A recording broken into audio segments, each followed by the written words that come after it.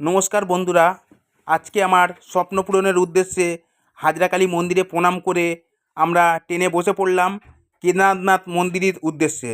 আমরা বন্ধুরা মিলে প্রত্যেকেই আমরা আনন্দ করতে করতে কেদারনাথ মন্দিরের উদ্দেশ্যে রওনা দিয়েছি। দেখুন, আমরা প্রত্যেকেই গল্প করছি, ট্রেনের মধ্যে হাসাহাসি গল্প করছি।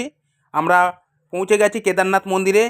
কোনো এক ঝড় বৃষ্টির সময় সমস্ত কিছু যখন তছনছ হয়ে যাচ্ছিল, তখন এই পাথরটা এসে কেদারনাথ মন্দিরকে রক্ষা করেছিল। দেখতেই পাচ্ছেন সকল সাধু সন্ন্যাসরা এখানে বসে আছে এবং চারিদিকের পরিবেশটা কি সুন্দর লাগছে। হাতের কাছে যেন আমার আকাশ চলে এসছে, যেন মেঘের ছোঁয়া পাচ্ছি। এই যেই কেদারনাথ মন্দির, কি সুন্দর অপরূপ দৃশ্য, চারিদিকটা দেখলেই যেন মনটা ভরে ওঠে, যেন মনে হয় আবার একবার ছুটে যাই সেই কেদারনাথ মন্দির বাবার কাছে।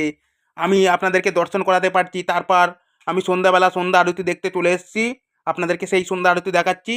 যদি